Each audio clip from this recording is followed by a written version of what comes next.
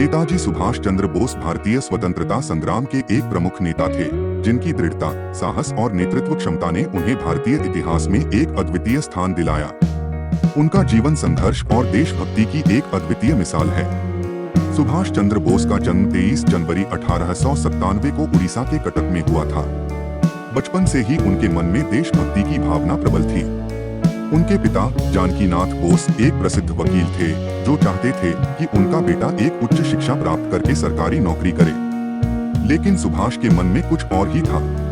उन्होंने अपनी शिक्षा के दौरान ही अंग्रेजों के अत्याचारों को देखा और उनके खिलाफ लड़ने का संकल्प लिया। सुभाष चंद्र बोस ने कलकत्ता विश्वविद्यालय से स्नातक की पढ़ाई पूरी की और बाद में भारतीय प्रशासनिक सेवा (ICS) की परीक्षा भी उत्तीर्ण की, लेकिन उन्होंने इस उच्च पद को ठुकराकर देश की सेवा करने का निश्चय किया। बोस को महात्मा गांधी के नेतृत्व में चल रहे स्वतंत्रता संग्राम में गहरी रुचि थी, लेकिन उनकी विचारधारा में थोड़ा अंतर था। गांधी जी अहिंसा के मार्ग पर चलते थे, जबकि सुभाष मानते थे कि स्वतंत्रता केवल बल प्रयोग से ही संभव है। 1939 में जब उन्होंने कांग्रेस के अध्यक्ष पद से इस्तीफा दिया, तब उन्होंने फॉरवर्ड ब्लॉक नामक एक नई पार्टी का गठन किया।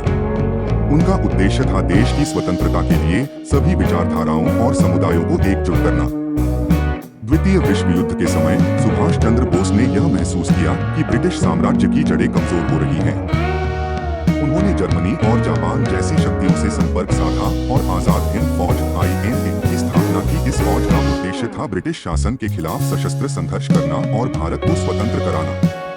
तुम मुझे खून दो, मैं तुम्हें आजादी दूंगा, यह नारा नेताजी ने आजाद हिंद फौज के सिपाहियों को दिया था।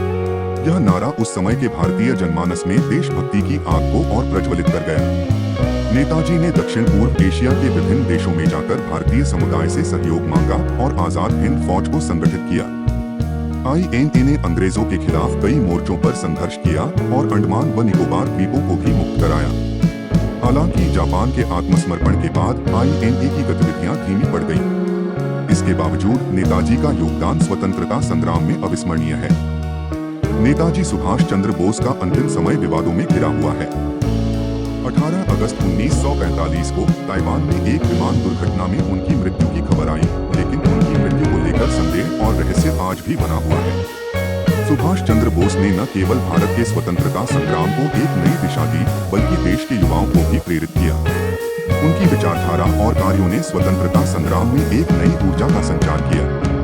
नेताजी का जीवन हमें यह सिखाता है कि स्वतंत्रता के लिए कभी भी अपने आदर्शों और सपनों से समझौता नहीं करना चाहिए। उनके त्याग, समर्पण और साहस ने भारतीय स्वतंत्रता संग्राम को एक नई दिशा दी और उनके इस संघर्ष का परिणाम 1947 में देश की स्वतंत्रता के रूप में मिला। आज भी नेताजी सुभाष चंद्र बोस के आदर्श और उनके संघर्ष हमें प्रेरित करते हैं। उनकी कहानी भारतीय स्वतंत्रता संग्राम का एक अमूल्य हिस्सा है और हमेशा हमें यह याद दिलाती रहेगी कि आजादी कोई उपहार नहीं है, इसे साहस और बलिदान से अर्जित करना पड़ता है।